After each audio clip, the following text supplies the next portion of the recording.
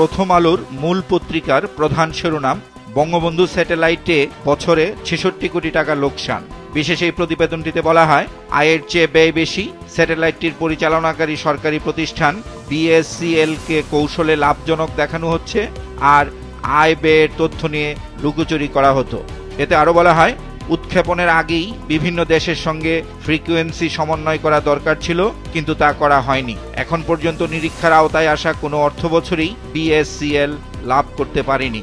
পত্রিকাটির প্রথম পৃষ্ঠায় প্রকাশিত আরেকটি গুরুত্বপূর্ণ খবরের শিরোনাম, কারখানা চালুর সিদ্ধান্ত, অস্থিরতা হলে ব্যবস্থা, তৈরি পোশাক খাত। প্রতিবেদনটিতে বলা হয়, গতকালও আশুলিয়া এলাকায় শ্রমিক বিক্ষোভের জেরে অর্ধশত কারখানা বন্ধ করেছে কর্তৃপক্ষ। প্রতিবেদনটিতে শ্রম ও কর্মসংস্থান উপদেষ্টার উদ্ধৃতি দিয়ে বলা হয়, মালিকদের প্রতি আহ্বান জানানো হয়েছে শ্রমিকদের মধ্যে যেন পুঞ্জীভূত ক্ষোভ তৈরি না হয়, সেজন্য নিয়মিত শ্রমিকদের সঙ্গে বসতে হবে। 2 কলামে প্রকাশিত আরেকটি খবরের শিরোনাম, সরকার পতনের 4 দিন আগে বসুন্ধরা গ্রুপকে বিশেষ সুবিধা। প্রতিবেদনটিতে ন্যাশনাল ব্যাংকের উদ্ধৃতি দিয়ে বলা হয়, নিয়ম ভেঙে এক ব্যাংক থেকে ৩,৮৫৯ কোটি টাকা ঋণ দেওয়া হয়েছে। বসুন্ধরা গ্রুপের 7 প্রতিষ্ঠানের 28টি কিস্তি বকেয়া। এছাড়া দ্বিতীয় দফা ঋণ পুনঃতফসিল সুবিধা দেওয়া হয়েছে। এতে জানানো হয়, বসুন্ধরা গ্রুপকে সুবিধা দিতে নিজেদের নীতিমালা থেকে সরে এসেছিল কেন্দ্রীয় ব্যাংক। তাদের আরেকটি গুরুত্বপূর্ণ খবরের শিরোনাম, আজ গণতন্ত্র দিবস, নির্বাচন নিয়ে চাপের মুখে সংস্কার কঠিন, সাক্ষাৎকারে শাহদিন মালিক। এছাড়া বিভিন্ন স্থানে মাজারে হামলার ঘটনায় প্রধান উপদেষ্টার প্রেস উইংয়ের বিবৃতির খবরটিও ছাপা হয়েছে। শিরোনাম, ধর্মীয় স্থাপনায় হামলার ঘটনার নিন্দা, কঠোর ব্যবস্থা নেবে সরকার। সমকালের প্রধান শিরোনাম, মার্কিন প্রতিনিধি দল ঢাকায়, অর্থনীতিতে সহযোগিতা, ভূ রাজনীতিতে সমর্থন। প্রতিবেদনটিতে বলা হয়, এই প্রতিনিধি দলের সফরে যুক্তরাষ্ট্র জানতে চাইবে বাংলাদেশের অর্থনৈতিক চাহিদার কথা। এছাড়া উন্নয়ন সংক্রান্ত কয়েকটি অনুদান চুক্তি সই হবে এ সময়। প্রথম পৃষ্ঠায় প্রকাশিত আরেকটি খবরের শিরোনাম, রাজধানীতে সাবেক জনপ্রশাসন মন্ত্রী ফরহাদ গ্রেপ্তার। এতে বলা হয়, সাবেক স্বরাষ্ট্রমন্ত্রীর ছেলে জ্যোতি 4 দিনের রিমান্ডে। সাংবাদিকদের বিরুদ্ধে বিভিন্ন স্থানে হত্যা মামলা দায়ের করা নিয়ে প্রকাশিত খবরের শিরোনাম, সম্পাদক পরিষদের বিবৃতি, সাংবাদিকদের বিরুদ্ধে হত্যা মামলা সরকারের ভাবমূর্তি ক্ষুণ্ণ করছে। পত্রিকাটির শেষ পৃষ্ঠায় প্রকাশিত আরেকটি গুরুত্বপূর্ণ খবরের শিরোনাম, সেতুর টোলে নৈরাজ্য। প্রতিবেদনটিতে বলা হয়, অনেক স্থানে পালিয়ে গেছেন আওয়ামী লীগ আমলের ইজারাদাররা, আর বিভিন্ন স্থানে ইজারা দখলের চেষ্টায় বিএনপি নেতারা।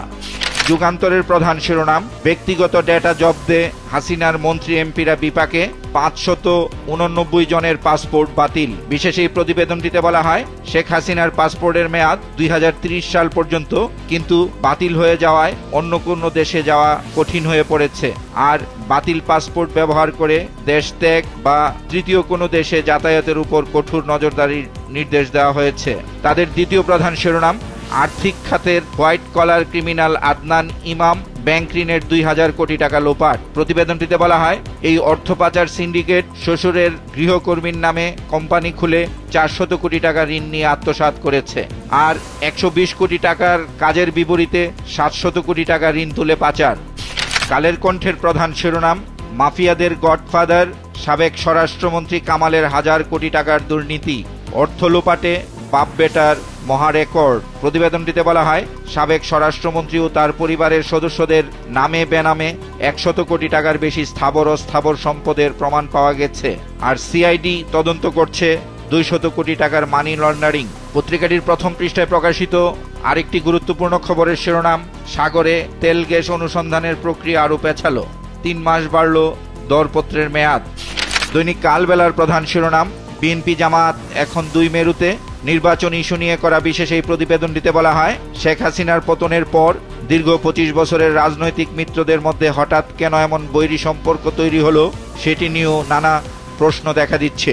পত্রিকাটির শেষ পৃষ্ঠায় প্রকাশিত আরেকটি গুরুত্বপূর্ণ খবরের শিরোনাম, এলজিইডিতে নিষিদ্ধ 172 ঠিকাদার। এতে বলা হয়, রাজনৈতিক বিবেচনায় ছাড় পেয়েছে অনেক ঠিকাদার। বাংলাদেশ প্রতিদিনের প্রধান শিরোনাম, কামাল পুত্রের 1000 কোটি টাকা।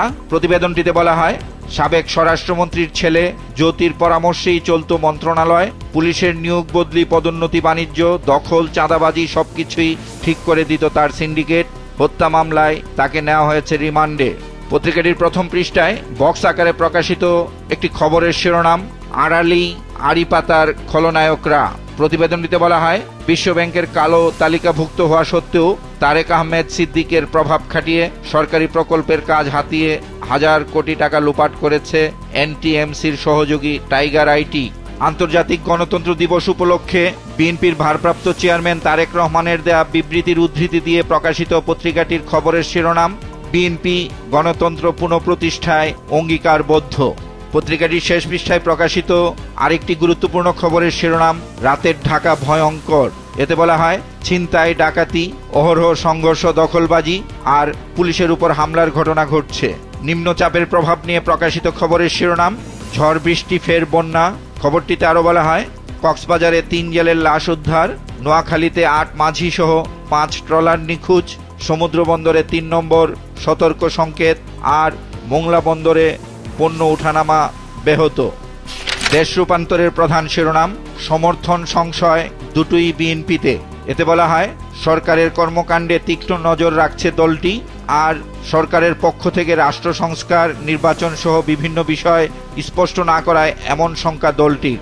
-2 ফর্মুলার বিষয়েও সজাগ রয়েছে বিএনপি।